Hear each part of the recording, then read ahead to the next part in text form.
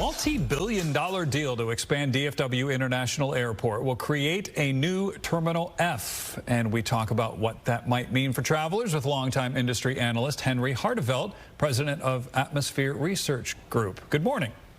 Good morning. All right, so this deal is between American Airlines and DFW Airport. It includes plans over the next 3 years or so to add 24 gates. So other than brand new bathrooms and brand new restaurants, what will this mean to folks heading through the big airport? Well, you're going to see renovations to Terminal C, one of the original terminals at DFW, including the addition of a pier, a linear concourse of 9 or so gates there, plus, of course, the new 15-gate Terminal F. So that means 24 new gates. And if you think about it, each gate can handle 8 to 10 flights a day, depending on the airline and how they use it. That's lots of new flights potentially to lots of new destinations. All right, so we don't know whether these will be exclusive American Airlines gates. So talk a little bit about competition, prices, wait times. All right, so competition really depends on whether airlines decide that the DFW area is worth serving. Obviously, economically it is, but when you have a large airline that has a hub at any airport, it sometimes is a disincentive to new airlines to add flights. But American is a member of the One World Alliance. It could mean more flights from American's partners. American, of course, would love to grow at DFW, and DFW has said it wants to be the world's largest airline, the #1 airport in the world, rather. So that's good.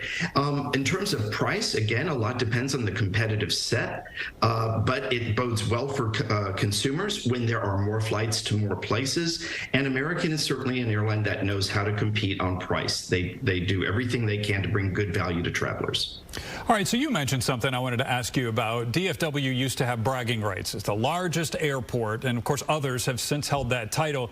So does DFW Airport get that title back, and what does that really mean? I mean, it's great for marketing and bragging rights, but does it really matter these days in the travel industry?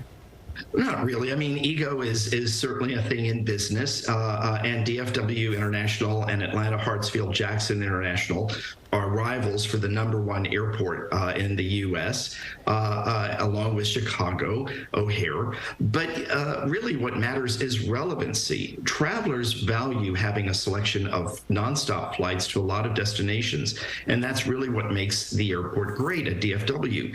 Atlanta plans to grow, so it'll be interesting to see which airport becomes #1. But honestly, does the traveling public care? No. And even the airline CEOs will say, well, it's nice to be #1 at the airport, nice to have a #1 airport, but what really matters is profitability. Yeah, and you say American's primary tenant status at DFW might likely sway ticket prices going forward? Well, yeah, I mean, look, American is the largest airline at DFW, and they compete very strongly for local traffic in and out of the Dallas-Fort Worth Metroplex. But if American has the most flights or the only flights to places, that's not always an incentive to lower fares. Instead, American will try to compete on convenience and the sense of, frankly, tranquility you get by taking a nonstop flight, as opposed to having to compete always on price. But budget airlines have a strong presence at DFW. I expect that will grow, and other airlines certainly value serving the DFW market. The airline industry is brutally competitive, so I expect that, especially with Southwest maintaining a strong presence at Love Field, we'll see prices at DFW stay reasonable.